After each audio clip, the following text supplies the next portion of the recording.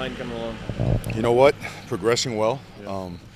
I think the emphasis on being physical, being tough, making sure that the communication is perfect on every single play. You know, we got to be right on every single play, and if we are wrong, let's be wrong together. I think they just work hard. They want to be good. They understand that if we're going to be successful, it's going to have to start in the trenches, and it's going to have to finish in the trenches. So overall, we're progressing. We still have miles to go, but we will get there. You like inheriting a group that's kind of young that you can work with like that, or did you almost rather have kind of some few more upperclassmen in there that's got some more game experience? I love football either way. I'd like to have 5 all-pro guys to walk into, you know. I think we all would, but I wouldn't trade these guys for anybody. I really wouldn't. I think that their DNA, their upbringing, they're made of the right stuff. That's the best way to put it.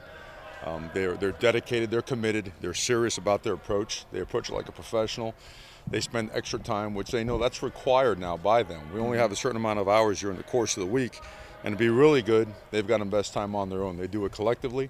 They spend a lot of time together, and certainly there's no quit in them.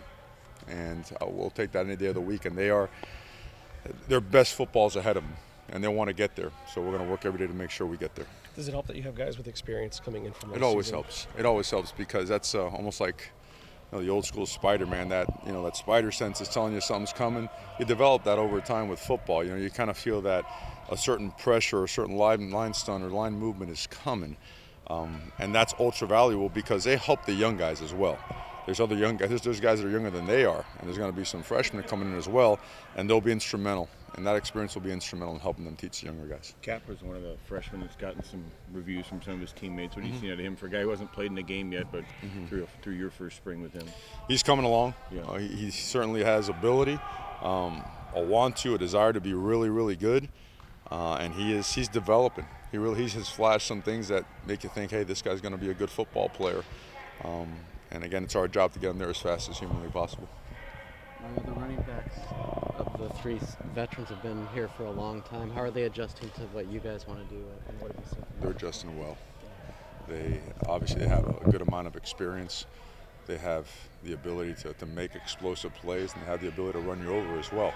It's a heck of a combination. It's kind of like baseball. If you just have a fastball pitcher, eventually they're going to hit one out of the park. Now, if he's got a good fastball, a curve, a slider, it's a little bit harder to defend or a little bit hard to hit. For us, with those different types of backs, I think it makes it a little bit more dangerous on offense. And there, again, as a group, and Coach Pimp, the way they approach every single day, they want to get downhill. They want to get downhill in a hurry. They know that a lot of times it's going to be them one-on-one with a corner safety. They welcome that challenge, and that's exciting to see. You want to be around guys that enjoy collisions, that search and seek opportunities to be physical and to be tough and to establish a mindset. And I guess one of the best ways to put it, on every single play, we want to send a message to the opponent. Okay, and you've only got one shot on every single play to do that. And we want to be consistent with that message. So how much fluctuation has there been at some of these positions with that moving depth chart, running back in particular, but there have been a lot of movement amongst guys in that rotation? Well, the thing is now, I hate to call it a depth chart in the spring. It's more of an organizational chart. You have to find a way to practice different guys at different positions in different situations. And there's a reason that board is magnetic. You get to move them quite easily instead of having a permanent fixture in there. And I think when you do that as well, it makes everybody better. It certainly does. And if you go home knowing, whoa, my job's on the line, this other guy's kind of creeping up right behind me, and he's got an opportunity to take some of my reps, you're going to put in that much more time. It's just the nature of the beast, right? Human nature, if you let it, will absolutely destroy a program inside out because of what? Complacency. We won't allow that here. Coach Sager won't allow that here. And that mindset is permeated in the locker room, and the results are very positive. Mario, when you were a head coach and you were trying to get a staff of guys to kind of get to know each other who hadn't necessarily worked together, how did you go about doing that? And how does that inform how you've gotten to know the guys? There was a lot of Cuban meals at my house. That was a little bit of a different budget back then. But I don't know if they liked it, but we ate a lot. It's hard when you have to come in at the end of a recruiting cycle and you have to turn it right around and learn systems and prepare for spring football, then dive right into spring football. And the moment that spring game is over, and we're packing our bags, hugging our wives and our children, and getting on a plane to go out again. what everyone has done here is we have spent an extraordinary amount of time around each other. And instead of like taking extra time to look for houses and trying to find places to live, we spent around each other. A lot of dinners together, a lot of late nights talking ball, being up there just throwing all kinds of goo and stuff on the board, trying to figure out, hey, how do we want to run this? How do we want to defend it? And what ends up happening is, the hours add up. And I can't speak highly enough about this staff. Incredible people, incredible professionals with an incredible level of expertise. And when you combine that with a super high care factor, you got a home run staff. And Coach Tiger put that together. And you know what? That was a big draw for a lot of the coaches coming here together. They kind of knew of each other or knew each other personally, and it's all kind of come together. And it will continue to get better and better as time goes on. Yeah, how much did you know? So that's a long answer to a short question, huh? Jeez. How much did you know of Royal before you got here, and what have you guys done to kind of get to know each other? Because you're going to be part of a three-man head of designing this offense. Oh, we it's like, peas and carrots, right? I mean, we work together all the time, as well as Coach Taggart, and we have to. It's the only way that it works. But, one thing is clear, first and foremost, Coach Taggart is calling the plays, And our jobs as coordinators is to make sure that every single game plan, every single day is organized and ready to roll as to what his standard, his expectation is. So to do that, yes, the time spent together is extraordinary. And the meals, keep talking about meals, huh? We must be pretty fat, huh? You look at us like, man, these coaches are gaining weight. All they do is eat all the time. But it's time, it's not time spent, it's time invested. And that's a big difference. And I mean, it's pretty common for our guys to link up and go to church together along with our players. It's pretty common. It's like, hey, what are you doing? Well, I'm just kind of finished up at work. Well, why don't you come home and spend time with me and the family? And let's, I guess we could watch 7 minutes of a movie before we get back to recruiting and game planning. So it's time invested, and there's no substitute for that. You've got to do it. Is the plan to carry over the depth chart, moving depth chart in the fall as well? That would be Coach Taggart's decision. I think it's always going to be one.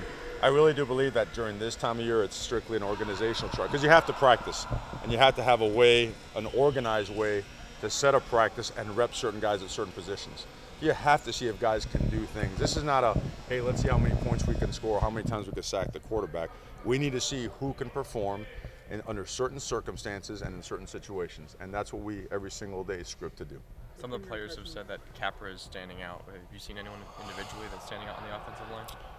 Gosh, I hate to give any single one of those guys credit this early, Yeah, they all are collectively as a unit. They, to me, it's 5 as 1. A lot of times you'll hear, well, it's the best 5 on the field. I don't believe that. It's the best 5 guys that work together as one unit, and that's the combination that we're figuring out. And we got a couple guys hurt, which, in a way, it's a blessing because they're not hurt badly, but other guys get opportunities to show what they can do. So now you could get yourself to 8, 9, 10 guys that can play winning football for you in the fall, and that's the goal of spring. Now, who's going to be the first 5? We'll figure that out day by day. Who you like behind Hanson at center? The guys behind? Tough to say. A bunch of guys have gotten reps in there. Zach has gotten reps in there. Jake's gotten reps in there. Valentino Daltoso, Charlie. I mean, there's so many guys that have gotten reps there, and we try to throw guys in there all the time. You've got to have at least 3 centers, and you all know what can happen if you don't have one ready to perform, how that can cost you. What do you think of the possibility of going to the early signing date in addition, doing December plus? I have absolutely no thoughts about that whatsoever. I'd have to sit down and study it to see how that thing works. I know that the current calendar has stood the test of time, right? It's been in place for a long time, and it's worked pretty well. Obviously, there are some adjustments coming, so I've got to study that thing inside and out to see how it benefits or hurts our program, because recruiting is kind of the most imperfect science in the world. It continues to every single year baffle you more and more because you don't know how a prospect is going to turn out. You don't know exactly which way a recruiting process is going to turn. So I'd have to study up more on that, and I will. I'll make sure I'll have an answer for you next time on that. Mario, that's a trick question. A lot of guys on the defense like the physicality and contact in practice, but the downside is they have to tackle Royce all day. Does Royce's style rub off on the other guys in the backfield? Absolutely, it's infectious. To me, it's got to be that, right? And a lot of times people talk about domination, and who can you really dominate play 1? Doesn't happen. When does it happen? Play 78, 79, 80, 85. That's when it's going to happen. But to get there, every single play has got to be like a body blow in boxing. You got to keep chipping away. You got to keep chopping wood, and knowing that come the fourth quarter, your yards per carry, the amount of knockdowns that you have, your chunk yardage plays and explosive plays should increase, by a significant amount. So when he brings that to the table, I mean, we want to make it so that in the fourth quarter that people don't want to tackle Royce and company.